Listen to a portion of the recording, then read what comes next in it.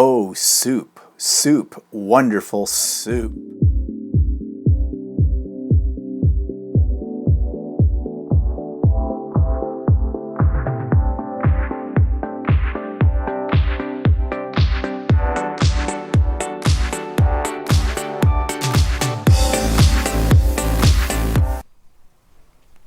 Good morning, everybody. It's Stephen here for Bland Designs, and this is my weekly vlog on Monday, April the 30th, last day of April 2018. So, what have I been up to this week? Well, a lot of things. I'm going to start off, of course, which seems to be the ritual, showing you my latest quilt. It's like I have a different one every week, isn't it? But I'm still loving it. So, yesterday on Stephen and Walter Live, and the links are below if you missed us, so you can catch the rebroadcast. I did show two of my quilts. One of them is the one that you have seen before. I had it up here last week. It's the one that I made from scraps, and it's called a string quilt. And I finally got it all layered, and I got the binding on it, and I'd finished the quilting on it. So it's done, and if you're interested in seeing the finished product, just flip over to Stephen and Walter Live and you'll see it there. The quilt I have behind me on the wall, you have seen this one before because I had finished the top, quilt top, some time ago. This was made from scraps left over from the quilt that I learned to make in that class that I took. It's been sitting out in my sewing room for a while because I wasn't really sure what I wanted to do with it in terms of quilting it. Well, you can see down here along this row, right here, you can see that I've already started quilting. And what I'm doing is I'm doing walking foot quilting on that. And basically it's a combination of what they call stitch in the ditch, where you just go right around the whole outline of the pattern. And then I'm just doing diagonal lines straight across each one of the squares. And I've made it in such a way that when the lines go one way on one square, they go on another way on the other square. It's taking me a while. I've gotten it down to that first row or column, but I still have, you can see, 1, 2, 3 more columns to do. And each square is taking me probably about 15-20 minutes to quilt. I'm also getting a little bored with just this type of quilt design. So I am playing with the idea of repeating what I've done in this column with the last column, but the 2 columns in the center doing something different, but I'm not sure which yet.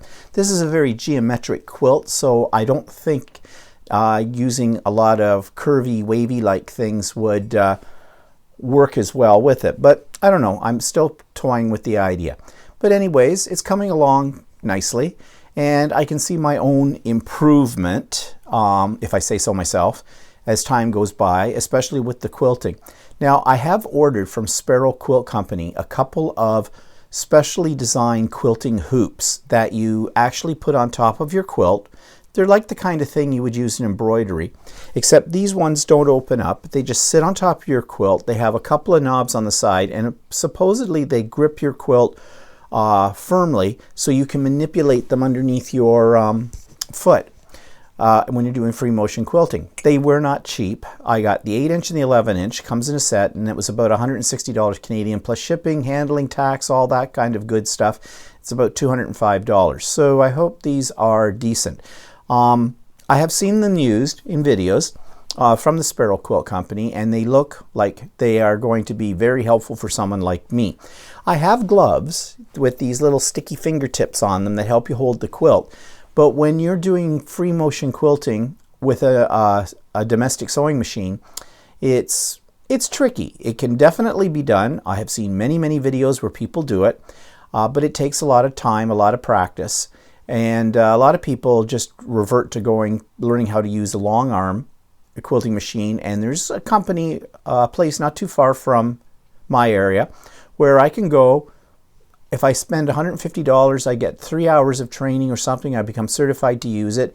And then you go in, and I think it's $30 an hour to use the long arm machine.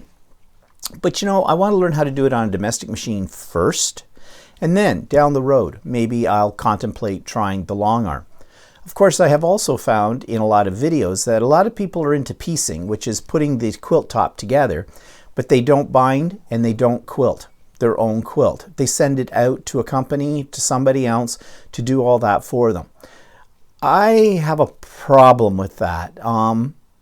Then I question, is the quilt yours? You know, really, it's been a team effort at that point. And I suppose that's fine and dandy. If, you know, you want to get it done, you want it to look nice, and you're not confident about your skills as a binder or as a free motion quilter, okay, I get it. But I want to learn all that stuff, and I want to get better at it. So for me, I don't know if I'd ever consider sending it out to have somebody else finish my quilt for me. It's a hobby. And with every hobby, there's a learning curve. And it takes practice to get better at it. I mean, I look back on some of my very first art journal pages and I go, what was I thinking? But as I go through my art journal books, I see my evolution as an artist as well. And that's an ongoing thing. It's a hobby. You know, do you ever become an absolute expert professional at it? Some do, but I think they call themselves professionals because they actually are able to sell their art or their quilts or whatever. The rest of us, we do it for fun. At least it should be for fun. So that's what I'm doing. And as I go along through this journey, I'm making mistakes. Check out Idiot Quilter. That's my other new segment on my YouTube channel here. And I talk very openly about the stupid things that I've done. But you learn from the stupid things. Okay, so much for the little mini lecture today. So anyways, I'm still enjoying this. Let's see. And I did pick up this week when I was in Toronto, I went to the Chapters bookstore. You know about Chapters. You've heard me talk all about it. And I found this book, A Block a Day. And basically, it's 365 different blocks with the instructions and the whole bit, traditional and modern. And I thought this would be a great reference guide and a great book for helping me design future quilts. So I bought it. It wasn't that expensive. It was $33.99 Canadian. So as far as books of this caliber, hardcover, the whole bit are concerned, that's a reasonable price, I guess. So I picked that up. So we'll see. My ultimate goal in my quilting, as you know, is to design my own quilts from start to finish and make them like not traditional. What they call modern quilts, art quilts, that kind of thing. Not up to that level yet, but I'm working towards it. So we'll see. So anyways, that's what I've got to show you this week. Oh, yes, something else. Okay, I mentioned this on Stephen and Walter live yesterday, and I've mentioned it before. I'm not seriously contemplating, I've actually done something about it, of designing fabric. Now, what got me onto this? Well, you know that I sent to Spoonflower some of my scanned art journal pages and had them made into fabric. And I used some of that fabric in a bag that I made, the Bland bag. And I also am using some of it now into a quilt as well, which I'm not showing you today, but you'll see it eventually. It's another quilt that's made up of basically scraps, but it's a little bit more elaborate than ones I've done in the past. Always evolving. And when I was into the Ultimate Sewing Store, I should be getting some kickback here. I advertise them all the time. Of course, you have to live in my area to go there, so big deal. Anyways, I digress. I was in there talking to the owner of the store. She had seen my bag that I had made and asked me about the fabric. And I told her, well, I designed it, blah, blah, blah. And she said, you know, you should submit your designs to Northcott Publishing. Northcott Publishing does all kinds of different books in the craft, hobby, arts, quilting, sewing mediums. And I guess she says they're always interested in Canadian designers. Well, I kind of went home and thought, you know, I'm flattered that she thinks I might be good enough to submit designs to a company. But really, you know, I'm very small potatoes, and I'm sure a company like Northcott is more interested in people with names who have been tried and true out there and that kind of thing. But then Walter said to me, why not try it anyways? He says, you got some nice designs. Well, that's high compliments coming from Walter. So I thought, okay, what the hell? Let's put together a little portfolio of some of my designs. So I have. And I had Walter go through my little binder, had about 30 designs. I had Walter go through my binder, and I told him, pick 8 designs you really like that jump out at you. The reason I wanted him to do that as opposed to me doing it is because I'm not impartial. They're my designs. I know how they were created. I have my favorites, that kind of thing. But if you're going to submit something, you need, I think you need an honest and fairly objective opinion. And there's nobody more objective with their opinion than Walter. It doesn't matter if you're married to him, you're related to him, you're his best friend. He'll tell you what he thinks. Okay? I think that's the Dutch in him. I don't know. So, I let him pick through. So, I am going to show you. I have submitted these to Northcott. I created a little catalog page for them. These, I have bigger versions of this. I'll show you in a minute. But I wrote them a little letter, and I created this little swatch page of the designs to give them an idea of what it is I do. And that was on the weekend I submitted it, so I don't know if I'll ever hear anything back from them. Right now, I have a feeling I'm just going to probably get an email answer that says, thank you so much for your correspondence, and we'll put you under consideration, and we'll give you a call someday, maybe, or maybe not, or drop dead, have a good day. Whatever. I'm not expecting much to come from it. I did go onto their site and check out what they offer for fabric, and I looked at their fabric designers. And one thing I'll say is that my designs are a little different from what they have on there already. So I don't know if that's a saving grace, or that's just going to be a big negative, big no towards me. I have no idea. I have no idea what goes into the manufacturing of fabric, really. I mean, my own experience has been with spoon flour. And having said that, I intend to have some of these ones I'm going to show you today made into yardage as well, or fat quarters, whether or not Northcott wants them or doesn't want them. So let me show you some that Walter picked. This was not one that I would have picked, but I think the reason he picked it is because he thinks it would appeal to women because of the color, for one thing. But this is one of them. These don't really have names. Well, this one I called Waves 3, but I don't have any fancy names for them yet. In fact, most of them I'm calling Abstract 1, Abstract 2, Abstract 3. But that's one. Here's another one. This one I like myself. Walter picked it as well. And I kind of like that one too. And I try to, I think my designs sort of look like a batik. So maybe I should call them the faux batik collection. I don't know. They're all my original artwork. I've manipulated them a little bit in Photoshop Elements, but they all are scanned from my art journal pages. So they're my original pieces of work. This one, he liked this one. I really like this one too.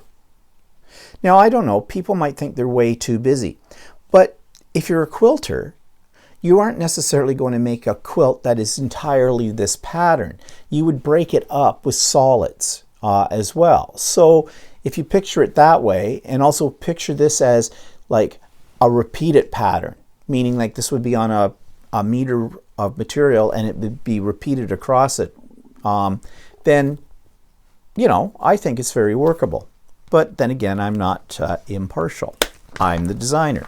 So let's just a few more here. This one he likes. This one I don't. I wouldn't buy it myself. I included it in my collection, but he liked it because he thought it was a little different. I guess I'm not. I think what bothers me is probably the color choice. But then again, maybe other people would like that. Who knows what people like? I don't know. So moving on here. Oh, there goes my clock. Now he likes this one and I like this one as well. But then anything with blue in it I like. And He says it looks sort of like a Raksha test, you know, the ink blot test. And I guess my designs in a lot of cases do, because I am mirroring the images. I am doing reflections, okay? Can't say it. Mirroring, I guess that's it. On the horizontal and on the vertical, and putting the pieces together. Sort of a kaleidoscope kind of idea. And this is another one that, this would be, I kind of like this too, but, you know, this one's definitely a little different. Now, he didn't pick this one, but I really like this one, so I submitted it. I love the colors in it. And let's see, what else do we have here? Oh, this is one he didn't pick either, but I did, because I really like the colors in it as well. And there's a little bit of script and some stamp work going on in it. This is one I'm definitely going to have made by Spoonflower. I think that would make a really stunning bag. And let's see, just a couple of more here. Okay, this one's very dramatic. This was, I debated. Walter picked this one. I like this one, but I debated whether I should submit it, but I did submit it. Because it's dark in its colors, but it's very dramatic. So we'll see. And this one's too that he picked, and I submitted it, and it also is very different. But you can see texture in it. And I think that's what appeals to me about this one. Like I had used on the original page, I probably used some molding paste underneath this and the colors. And so you see some real texture in this, which I think could look really cool again on a quilt. Now, these next few he did not pick, but I did. I sent them anyways because I like them. Well, this one, because I love the colors that are in that. And of course, I had to submit the one that got this all started. This is my original first design. And you've seen this one before. It's the one that I made the bag from. So anyways, I've got them sent off to Northcott, and we will see what kind of answer I get. As I said, I am really not expecting to suddenly be the next K-Facet, you know, out there or whatever, and other designers. But nothing ventured, nothing gained. So I'll let you know how things turn out with all of that. Okay, so let's move on and talk about YouTube channel of the week. This is one that was, again, sitting in my list of subscriptions that I had turned the notifications off, and I'm not sure why. It's called A Pinch of Dainty, but I went back and revisited it, and I thought it's worth telling you about. So here's the clip. This week's YouTube channel is one called A Pinch of Dainty. Now, this is one that I've been subscribing to for quite a long time, but for some reason I had my notifications turned off, so I have not really been paying any attention to this particular YouTube channel. So I've revisited it, and I've set my notifications up because this is a lady who is putting together a real variety of what I would call kitschy and cute little projects. She has a real mixture of sewing and mixed media and art-like projects and DIYs as well. Maybe I didn't have the notifications on because some of her projects don't really appeal to me, but on second review of this, I think that maybe many of her projects, although maybe not appropriate to me, I think a lot of people would enjoy them. So especially people who like to do cute little things for around their house and things with their kids and stuff like that. So you might want to give it a try. If anything, it is great for some inspiration for other DIY projects you might not have thought of or you might have thought of. So check it out. It's A Pinch of Dainty. Okay, so also this week I do not have a person of interest. I had two last week, so we're going through a dry spell here, I guess. I would, though, just also mention, you know the drill, you know it's in the show notes about what I'm looking for persons of interest, but I'm also looking for your comments on my vlog, on any of the things that are on here. I read them all. I don't reply to everything because there's just some, you know, you're just making a general observation or something, you know, thanks for the idea and that kind of thing. So I don't bother responding back. But I do respond usually to comments that are, you know, lengthy and have some points, good or bad, doesn't matter. To date, I'll have to say that everybody's been very positive in their comments. Thank you for that. But I'm not afraid of criticism either. I mean, after all, I was a teacher. I was used to giving out criticism, and I was used to taking criticism too. So that's fine. Constructive criticism, of course. But if I come across a comment that you have written that I think would be of interest to other people, because I know other people, not everybody reads all the comments below a video. I don't. On somebody else's, I scan them, but I don't usually read the comments. So if I come across one that you have written, I hope you'll allow me to present it on my vlog or on Stephen and Walter Live. I did that with one from Mel in Finland this weekend. And I assume too that I don't really need your permission to do it. If you're putting it into the public comment section of the YouTube videos, then you're already basically saying, you know, you don't care if other people read it. So, and if you do, then I guess you don't write it. So I'm looking for things like that too. Okay, again, my whole point here is to make you feel when you come to any of my videos or to my vlog or to Stephen Walter Live that you are part of it.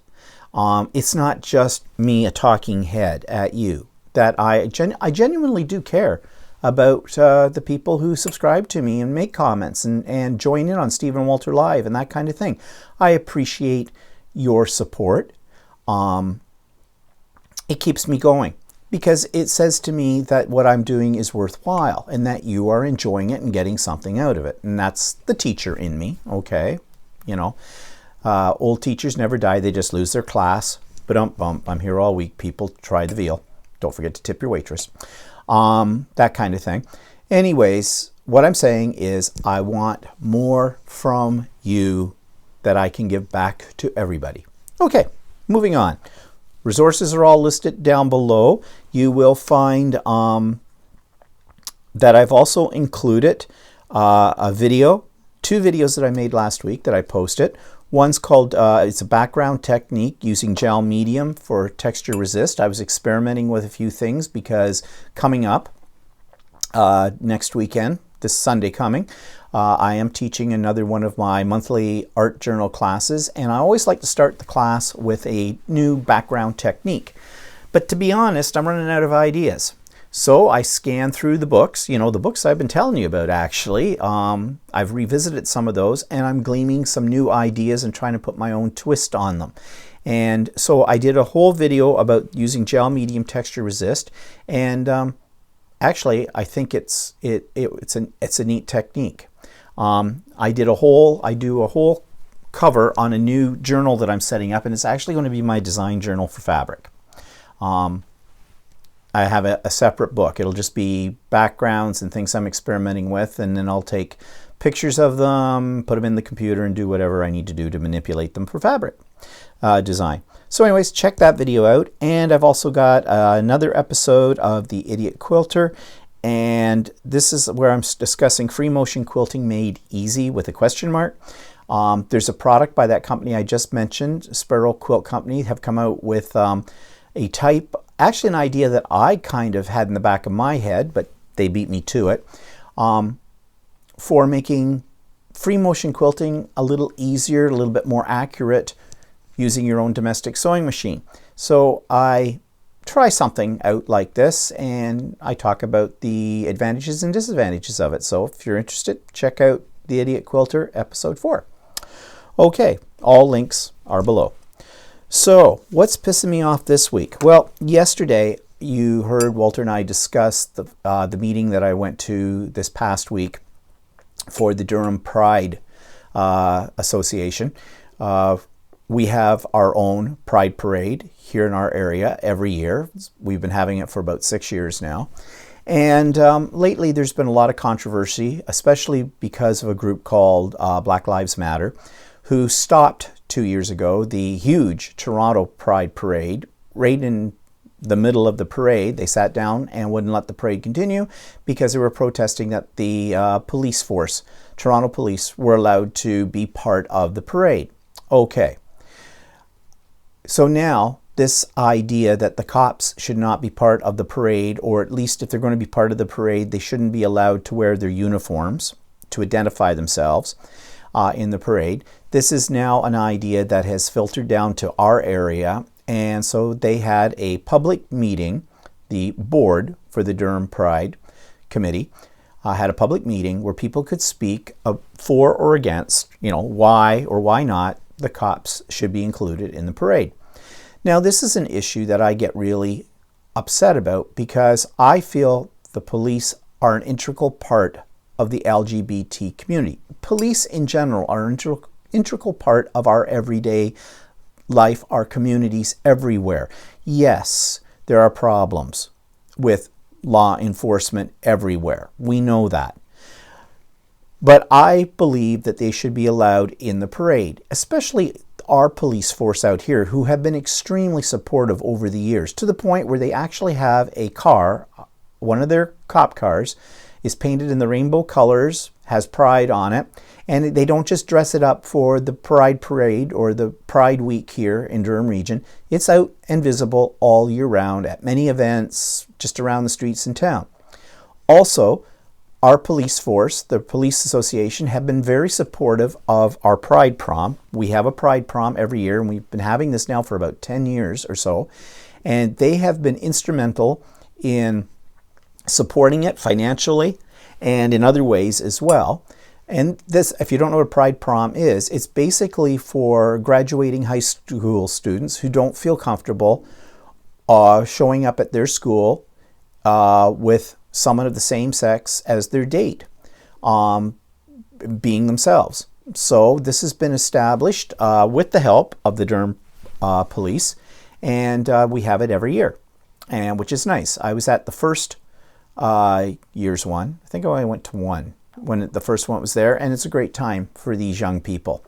And it's real. It wouldn't happen if it wasn't for the Durham Regional Police, really. So, having said that, plus let's face it, every walk of life have their gay people, right? So the Durham police have quite a number of gay, lesbian.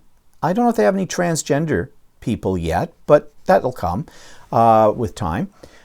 So, really, yes, there has been a history of the cops being anti-LGBTQ in the past, but that was way in the past, and things have changed, and I think for the better. And yes, there's still lots of work to be done, but I don't think you advance the cause if you turn around and start saying you're all inclusive, but not for the cops. So there were arguments for and against this. I did not speak at this meeting. I was just there as a fly on the wall to hear what the general trend was. And I really figured that this board, made up of 7 women and 3 men, by my count, was going to lose. Like, there was no way that they were going to, after the public forum discussion, were they going to allow the cops to march in our Pride Parade. I was surprised.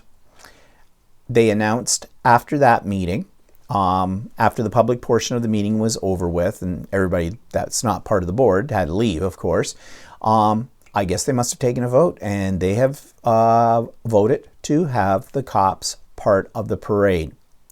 This is a good thing. And I'm glad that the members on this board had the, pardon the expression, because 7 of them were women, had the balls to go ahead and go with what they felt that the community wanted. I was also getting a little tired of listening in this meeting to those people who were supporting the idea that the cops shouldn't be in the parade, referring to people like me as privileged, white, cisgendered males. I hate that word cisgender. I'm still not absolutely sure of its definition, but I think what it means is I identify with that of which I was born as. I was born a male, and I'm a male, and I identify with it. I don't know. Why do things have to have labels? You know, really. Male, female, okay, that's fine. But whatever. And of course, they were all young people.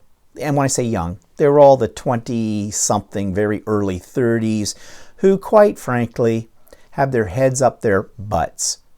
They're young. They think they're doing the right thing. They think they know it all.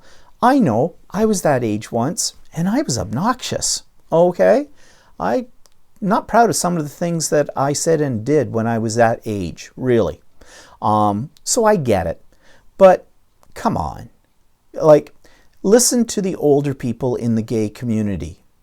We've been around a while. We've seen a lot of things and we fought for a lot of things that these young people are now enjoying. So, you know, take a step back for a minute. And I blame it all on that horrible, horrible group, Black Lives Matter. And I say they're a horrible group because all they are is a bunch of shit disturbers. They come up here from the States. They try to get their faces into our world. And they pick on what they think are the weakest element to get their agenda across. The Pride Parade is already too political. You started off as a celebration, and now it's political. And in a sense, I question whether we even need to have Pride Parades anymore, because to be honest, most of the people that, at least the one in Toronto, which is huge, one of the biggest ones in North America, it's all the straight people who come out. They're pushing strollers and their babies around, dragging their kids around. Look at the funny people. That's what they're there for. They really are. Oh yeah, some of them are allies and they're there to support and all that kind of stuff. But when you have over 1 million people come out to watch this parade in Toronto every year, and you know, that's not all made up of people from the LGBT community, okay? They're coming out to see the freaks, in a sense.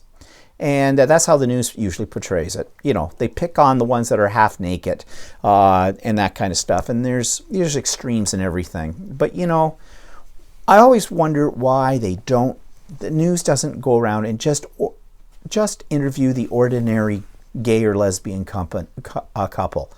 Walter and I are an ordinary gay couple, all right? We don't run around half naked. Oh God, that would be scary. We're not into anything that people consider like fetishes and bondage and all that kind of stuff. You know, to each his own. I'm not condemning people that do that. If that gets them excited, that's what they like, and they're not harming anybody else, so be it. But you know, that's the news. People don't want to talk to people like us because we're boring. We're too vanilla. And as I said yesterday when we were talking about the whole media and fake news kind of idea, again, go to Stephen and Walter Live if you want to hear that discussion. Basically, if it doesn't bleed, it doesn't lead, which means that the news is a business. They want to sell commercial interests. They have to have an audience to do that. So they got to put stories up that are going to attract the interest of people. And unfortunately, sometimes our interests as a public borderlines on the gross, the bizarre, the horrible. That's what attracts us. What's that say about us as a race? Really. But anyways, how did I get on all this? Really diversed out on this one. Diversed out. Good English, not. Okay, so anyways, I went to the meeting, heard the stuff, and I'm really happy that the police are going to be included, at least in Durham. Now, that doesn't mean there's not going to be something come up probably on the day of the parade. I imagine there's going to be a protest group there. So be it. It's their right. They can protest. However, my suggestion to anybody marching in the parade is if these people get down in the middle of the parade route and sit down like they did in Toronto, walk around them, or if you have to, walk over them. Don't let it stop you. Okay? They can lay on the bloody pavement for as long as they want. Just keep moving, people. Go right by them. Okay, enough about that. let's go on with, oh, so what was pissing me off then, this is what I'm getting to, is really groups that hijack other groups to achieve their agendas. You know, you see this all the time. One group is out there doing their thing for a very specific reason, but another group decides to cut into their limelight to get their agenda across. And then what happens is, for people who really don't understand either group and what they're doing, they start to associate the negative part of one group with the other group, and then it all gets lumped together as, you know, as a bad thing or whatever. So I don't know if that made sense. But what I'm saying is basically, if you're a group, you have an agenda, you're free in our country anyways to, you know, get that agenda out there in the form of a peaceful protest. That's fine. That's democracy. That's the way we are in this country. You do not have the right, though, to do it by hijacking another group's presentation. Okay? No. You do your thing. Let the other group do theirs. Okay, moving on. New products. Well, I got that, and I don't have it here, but I got another new book. You know that I was talking about doing stained glass, like quilts. Thought, you know, Walter does stained glass, so we pick a pattern that he can do in stained glass and that I can probably duplicate as a quilt and see, you know, put the two together. You know, ideally, way down the road, if that worked, we could have a little business where, you know, we could take patterns that we design and make them into stained glass pieces, make them into quilts, make them into other forms of art and stuff like that. And, you know, so you could have, you know, a person could come in and buy home decor kind of thing that all coordinates on this line. I don't think that's ever going to happen. But nevertheless, I found a book about, it's called Stained Glass Quilts Reimagined. And it's got ideas on how to make this all work, how to do it. So it's a little advanced for me at this point in time. So down the road, when I get a little bit more confident, maybe I'll give it a try. Okay, and I finally got something that I ordered way back in about January. It's Tim Holtz's ticket booth, rubber stamps.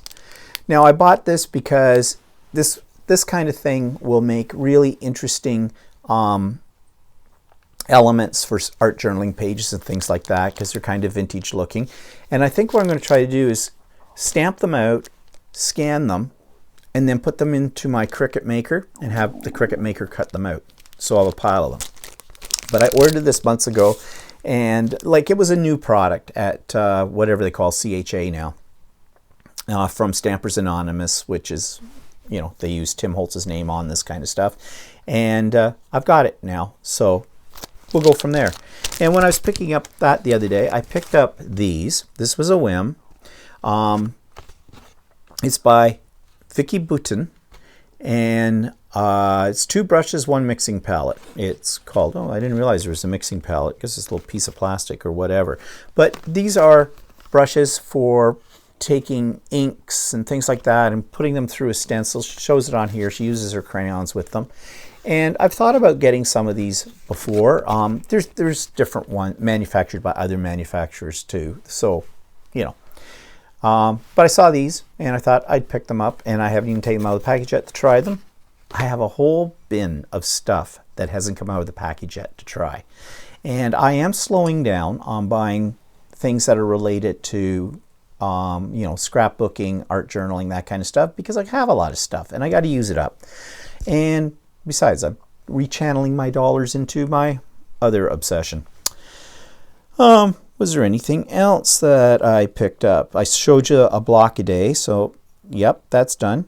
Now, book review for this week. Went through the stash again, found this one, forgot I had it. Again, another one to revisit. Mixed Media Handbook.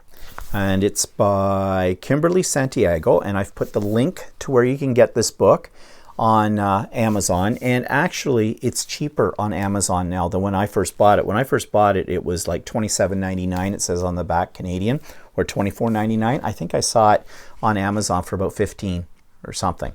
And just again, full of all kinds of ideas as to how to use various things you probably have in your stash to create mixed media. So again, if you're new to art journaling, to mixed media, something like this might be of help. It'll help you pick products that are of interest to you that you might want to buy. I mean, getting into mixed media can be very expensive because there's lots of toys out there, there's lots of products out there for doing mixed media.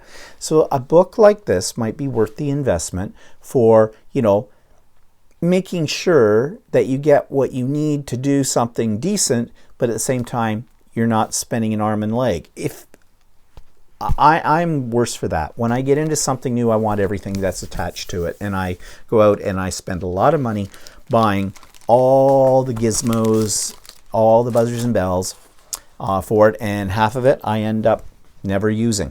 I'm bad for that, really bad. So anyways, you might want to check that book out. Link is below. All right, inspiration tips. Well, this again goes to something I've already mentioned, and that's what I call using gel medium to create texture and use it as a resist in a background. And so I did a whole video with that, and again, as I've already repeated before, the link is below, and so you can check that out. It's kind of fun to do. Everybody, if you're into art journaling, has gel medium. Okay, that's just a staple in art journaling. So it's easy to use, and the results are really interesting. So check out that video and give it a try. So events in this past week. Well, I'm going to insert a little clip here. We were invited out to dinner to some friends of ours that we haven't seen in almost a year that live in Toronto.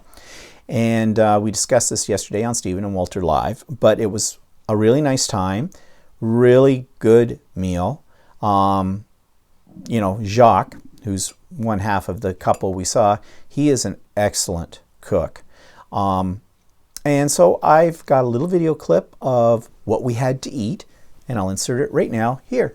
Okay, so we're at Jacques and Michael's for dinner tonight, and I thought all you peeps out there would like to see this. We do a live broadcast on Sunday afternoons called Stephen and Walter Live for YouTube, because I have a YouTube channel. Yes, you do. So, really? Yes. Yes, we do. And so we're here with everybody. We're here with Jacques. Walter. They're all the same. Oh, and we're having the soup course right now. And this is Michael. Yes, hello. There he is. You'll be on YouTube tomorrow. Or no, Monday. You'll be on my vlog Monday. But we're enjoying a leek and potato soup right now. And here is the master chef. This is Jacques. And it's an excellent soup. As you can see, everybody is enjoying it very much. Prost. Michael's doing a little toast. Toast. Toast. A toast. Toast. Toast. Toast. Toast. Toast. Toast. Toast. Why? Are you smelling toast? Look at the age of this group. Yeah. You start smelling toast while I'm having a stroke. Oh. Okay, so we're on the main course right now. We have pork, roast, carrots, Who's missing broccoli, a roll? potatoes, I and think mushroom Jacques. gravy. Very good. And everybody's just buttering their buns right now. Roast again. Here we go. Yeah, when Jacques comes out, the hostess with the mostest, we will get him on film. Skin on the lemons. Why? Jacques used the zest for the dessert. Oh. So I was going to color him with a magic marker, but... Okay. Jacques, very nice, very lovely. Cheers. Thank you for having us. No, you're more than welcome. You too, Michael. Thank you for coming. And, well, we'll see. Been distilled. Okay, we're having a decadent dessert, and Jacques, what did you call I'm really this? paranoid. Tres Walter. leche. Wow. Which means 3 milks. Actually, 3 if milks, any of the and booze there's a little that you drop drink, of rum Yeah, across A the little drop. You top. can have a lot of drink. Well, I put What a lot kind? on mine, but Still? anyways, it looks Oh. delicious. Or red wine. And You it, don't want a bit thank of God I rum? don't smoke, it could be flammable. So that was a lot of fun, and I hope we can do it again, maybe at our place next time, and in less than a year. Okay, so events in the past week. What else? Well, I finally had the meeting with the representative from the organization that puts people on waiting lists for long-term care facilities, nursing homes. They don't like the word nursing home. And surprisingly, the lady, she was very nice. She asked my mother a whole lot of questions. My mother sort of tried to downplay some of her situation. That was one reason why I want to be there at the meeting, to make sure that my mother has a tendency with people she doesn't know to not be straightforward about her condition. She'll belittle it like it's nothing. For example, this woman asked, well, do you get out of breath when you try to walk? Well, first of all, she has a walker. She cannot walk without the walker, and she can barely get around with the walker because, as I've said before, her muscles have atrophied. And I'd said this to the woman, and my mother goes, oh no, I'm fine. I said to her, no, Mom, you're not. Think about it, Mom. If you walk from the couch with your walker to the door, what do you say to me if I'm taking her out? I need to sit down for just a minute to catch my breath. Is that not being out of breath, Mother? Well, I suppose. So that's how the conversation, the interview went with a lot of different things. I figured she's not going to get on the waiting list because I told my mother too not to get all gussied up for this. I said, Mom, the lady's coming at 9 o'clock in the morning. My mother is not an early morning person anymore. And I said to her, don't worry about putting on your best clothes, putting on your makeup, doing your hair. I said, do what you do on a normal day. You're basically sitting around watching TV in your dressing gown. So just do that, because that is real. So I get over there. My mother is dressed. She didn't have a lot of makeup on, but she'd done a few things, and her hair was looking half decent too. So I thought, okay, this is not good. So this woman's going to take one look at my mother. And of course, my mother's not old. I mean, she'll be 78 this year. So, you know, they're used to seeing people probably in their late 80s, early 90s and that. So to them, 78 is young to be looking for a long-term care facility. So I figured, we're screwed. It's simple as that. Lo and behold, not screwed. The lady did her interview. She wrote everything down. She put down the name of the long-term care facilities that we wanted to be on the list and everything. And so basically there's just a couple of little preliminary things that have to happen. Like she needs to obtain a doctor's report from my mother's last visit, and they look after getting that. So, and then they send, I guess, all this information to each of the homes that are on our list, and they wait for their approval. And I think the approval is just a rubber stamp kind of thing, unless there was something like they were extremely bad behavioral to the point where the nursing home figures they wouldn't be able to handle them. My mother's not that, thank goodness. So really, we're just waiting for all of that to happen, and she should be on the list. It's still going to take 4 to 5 years to get into a long-term care facility, but in 4 to 5 years, my mother's condition is not going to improve. It's going to get worse. So this is why I wanted to get this down, because I knew it was going to take this long. Now, there is one little wrinkle in the whole thing. The fifth home, you pick 5 and you prioritize them. So the last one that we picked was a place that has a very long waiting list. It's been around since 2003. Everybody I've talked to or that all have this opinion that this place is really, really nice, and it looks really nice from the outside. We had scheduled a couple of weeks ago to see this one, and it happened, the only date we could get was on the same day as this lady from I call it the CCAC, it has a different name now, but whatever, was coming. So we put that place down as our 5th choice, but we hadn't seen it yet. We were seeing it in the afternoon. So we went.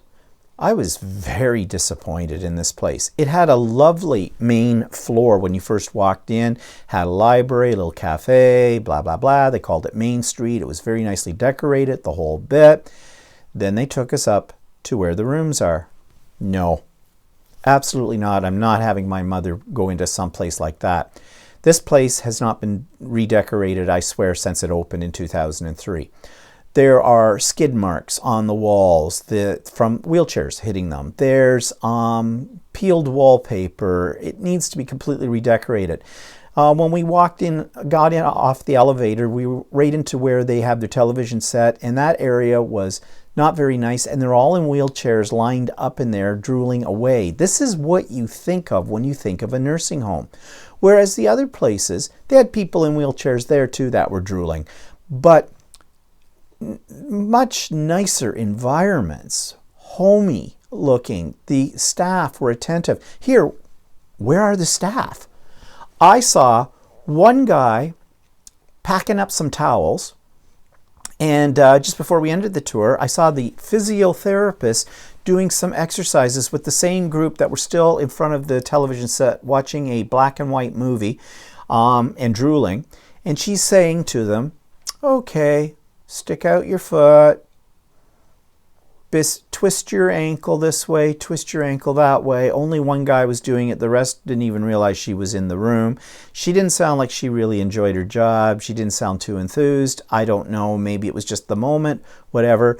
But no. And the other thing that didn't impress me, oh yeah, on the floor in their dining room, the dining room was stark. Was not made to look like, there wasn't, the tables were just industrial tables kind of a thing. And there was junk on the floor. And it looked like juice, dried juice. And I don't know if that was from brekkie that morning or from the lunch, but no one had cleaned it up. We were there like well after lunch time. So I don't know. The rooms, the private rooms were fairly nice size, but again, very stark. And the basic rooms, which had 2 beds in them, were horrible. They were like being in a ward. Whereas the basic rooms in the other places we saw were basically like having a private room except with one door that went into it. But there was like a full wall, solid wall between the 2 sections. And in there, they had half a curtain. It looked horrible. And the people that were there, didn't look like they were really happy. They looked half comatose. I didn't see any activities listed. I was not impressed. And the lady who took us around impressed me even less. She just went on and on about the fact that her mother was in some long-term facility in London, meaning London, Ontario. And London, Ontario from us is like 200 kilometers or something like that. It's about, no, I guess it's further than that. It's about 3.5 hours from us. And talking about her Great Danes and how she takes the Great Danes in and everybody just loves the Great Danes and whatnot, and she dances with them. What does this have to do with this home that we're looking at right now and my situation? Quite frankly, I don't care about your mother. Your mother's not important to me. My mother's important to me. So anyways, when I got home, I called up the CCAC representative and I got her answering machine and I said, okay, could you please take this particular place, Taunton Mills, off the list? And I said, because I'm not impressed with it. And I told her basically what I just told you. I got a phone call back from her about a half an hour later. She didn't seem to be very pleased with me because apparently we have to sort of redo the paperwork. I guess she just can't scratch this off. She has to send me the form. My mother has to sign it again or something. I said, I have power of attorney. Can I sign it? They said, no, it has to be her. I said, okay, fine. Well, could you, instead of mailing it to me, like who mails stuff anymore, can you send it to me electronically? Figuring, like a fax or, through an email. That's how you do things these days. No, apparently they can't do that. It has to be the actual physical document.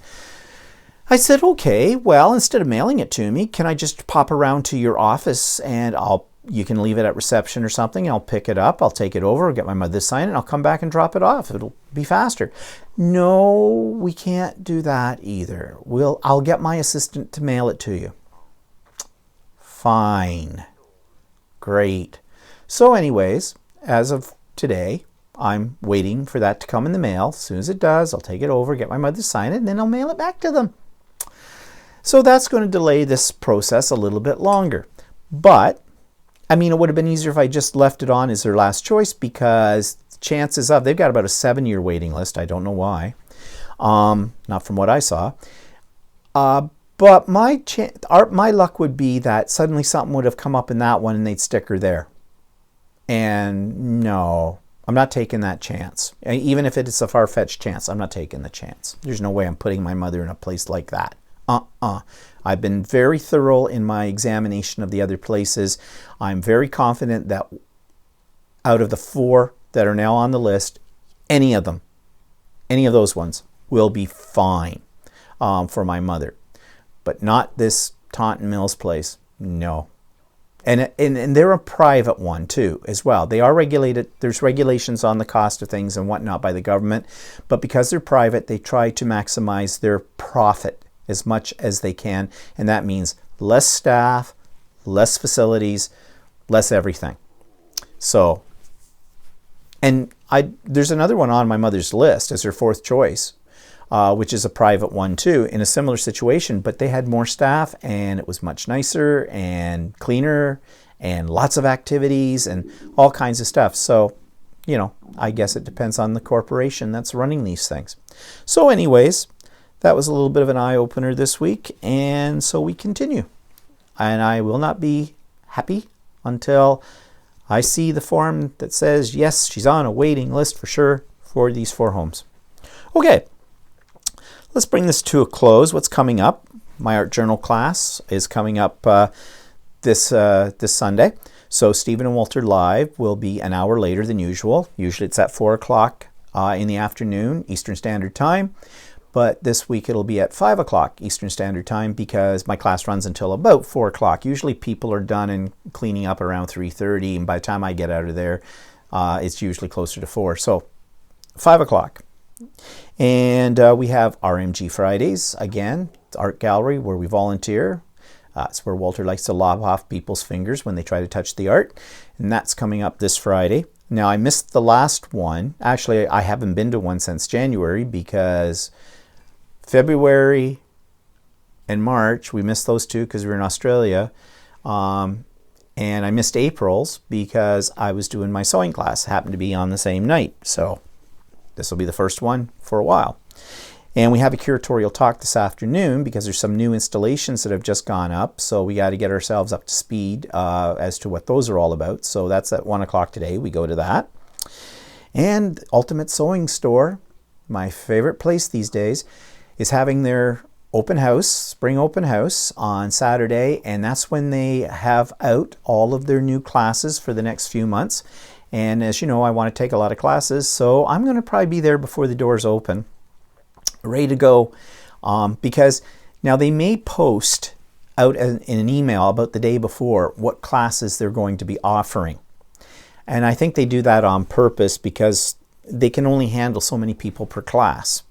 So my idea is if I get that the day before, I'll go through it, I'll pick my classes, and I'm going to they have little pieces of paper that you fill out when you're in there with your name and what class you want to take and all that kind of stuff.